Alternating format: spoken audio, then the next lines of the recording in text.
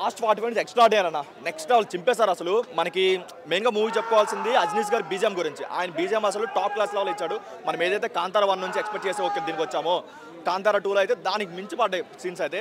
And మెయిన్గా చెప్పుకోవాల్సింది initial portions first 5 minutes కొంచెం ఇంట్రెస్టింగ్గా స్టార్ట్ అయినా సరే తర్వాత ఇంటర్వెల్ వరకు కంప్లీట్గా ల్యాగ్ అనిపించింది. మొత్తం ఒక బోరింగ్ సీన్స్ పెట్టేసి లేదంటే ఒక కొన్ని పత్యాపరాల సీన్స్ పెట్టేసి కొంచెం కాంతారాని చెడగొడుతున్నదేమో, ఆ ఫ్రాంచైజీని చెడగొడుతున్న ఫీల్ వచ్చినా సరే మనకి ఎక్కడైతే సెకండ్ హాఫ్ స్టార్ట్ అయ్యాక లాస్ట్ 40 మినిట్స్ ముందు ఒక గులిగా సీక్వెన్స్ ఒకటి పడుతుందో అక్కడ నుంచి నెక్స్ట్ లెవెల్ అనిపించింది. ఇదే కదా కాంతారా నుంచి మనం ఎక్స్పెక్ట్ చేసింది, ఇది కదా ఇలా కదా సినిమా తీయాలని చెప్పి ఒక నెక్స్ట్ లెవెల్ ఉంది. లాస్ట్ 40 మినిట్స్ అసలు మాటలు కూడా రావు, ఆ లెవెల్లో 40 మినిట్స్ అది ఉంది.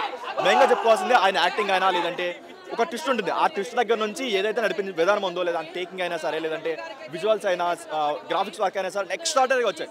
వాళ్ళ కేజీఎఫ్ మనకే ఇంత నస్తుంది, వాళ్ళు కన్నడ వాళ్ళు పడి చచ్చిపోతారు ఈ అవుట్పుట్కి అయితే. వాళ్ళ వరకు చాలా కనెక్ట్ అవుతుంది. మనకి ఎంత కనెక్ట్ అయిందంటే వాళ్ళు అసలు ప్రాణం పెట్టేస్తారు.